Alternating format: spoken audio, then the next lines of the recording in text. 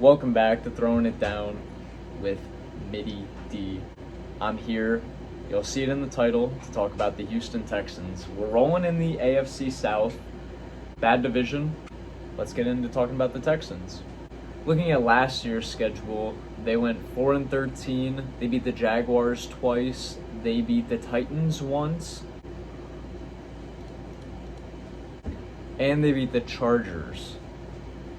Funnily enough, kind of like the Jaguars, they lost to the Jets, they lost to the Seahawks. Really weird season for the Texans, beating some really good teams in the Chargers and Titans and then losing to some terrible teams. They were tied for worst in yards per attempt in the NFL, and they were also bottom 5 in rush yards per attempt. So something they really have to fix is their defense, because their offense was bottom 10 in pass yards per game.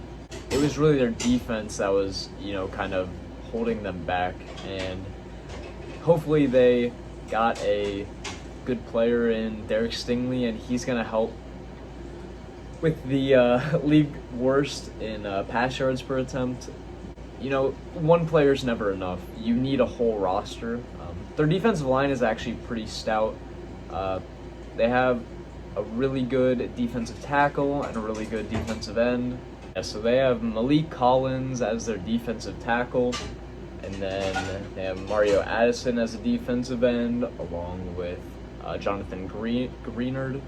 So hopefully that can help more in the passing game. So they're going to try and get pressure on the quarterbacks to not give them as much time as they did this past season, and decrease that 8 yards per attempt by their opponents.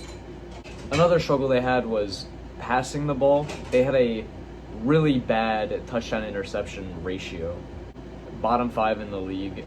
Another player I'm really excited about with the Texans is John Mechie. I think he's potentially the most underrated player in the draft. I thought he was just as good as Jalen Williams. Jalen is a little faster.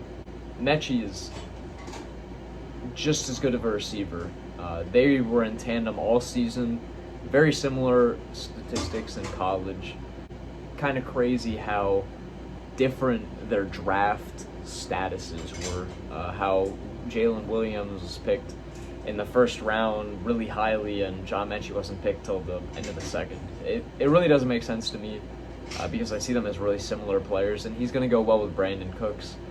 And I could see Davis Mills having a very fine year.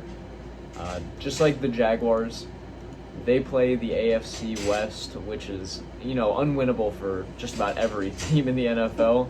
But they play the NFC East, and I give them a better chance of beating these NFC East teams than the Jaguars. The Texans are rebuilding slowly. Like, Jaguars trying to rush into it, while the Texans are going piece by piece. I like how they didn't pick a quarterback, even though Davis Mills probably is not the quarterback you want for a long time. I am a big proponent of get every other position and then find your quarterback. Sort of like what Detroit is doing. I'll talk about that when I get there. And also, that's what Tampa Bay did. They had a very good roster, and they got Devin White in the draft, and that really sealed their defense for them. They were able to pick up free agents once Tom Brady got there, and that's kind of what I see the Texans kind of doing strategically, getting rid of Deshaun Watson, getting all those first-round picks, and then maybe one of those first-round picks turns into a franchise quarterback. Winnable games for the Texans include, the Texans do not have an easy schedule. They're going to be facing, the Bears is a winnable game, the Giants. I would not consider the Dolphins a winnable game, but Washington, I would also think the Niners are winnable, games against the Jaguars. So I like the Texans' chances against a lot of these teams, and the Browns, now that Baker Mayfield's gone and Deshaun Watson might not even be there all year. I don't see the Browns, besides their rushing attack, really, having the Texans struggle. Because the Texans did struggle against the run as well in this previous season. If I'm being really optimistic for the Texans, saying they beat the Jaguars both times again, which I don't think will happen. I think they'll probably split. They go 2-4 in the division, beat the Browns, beat the Giants. You know, I could see 5 wins for the Texans. They had really good games against good teams in this past season, and upsetting a big contender where every week they're going up against, other really impressive teams is something that might give the Texans an edge. With all that said, I see them going about 5-13 with wins against the Jaguars. I'll say the Colts. They beat the Colts once. They beat the Browns. They beat the Giants. And then I'm gonna say they beat the Chiefs this year. Upset the Chiefs. They're at home in December. They're in a dome. You know what that means.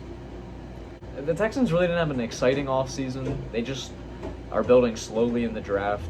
Their league low rushing touchdowns, tied with the Giants, is a concern because when teams know that you can't run, and really their only running back is Rex Burkhead, they did acquire Dare Gumbawale as well as Marlon Mack, so they could have some, dynamic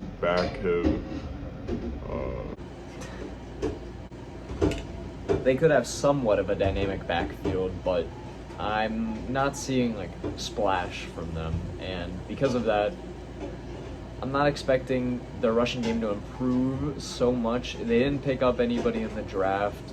They're just picking up free agents and injured free agents at that.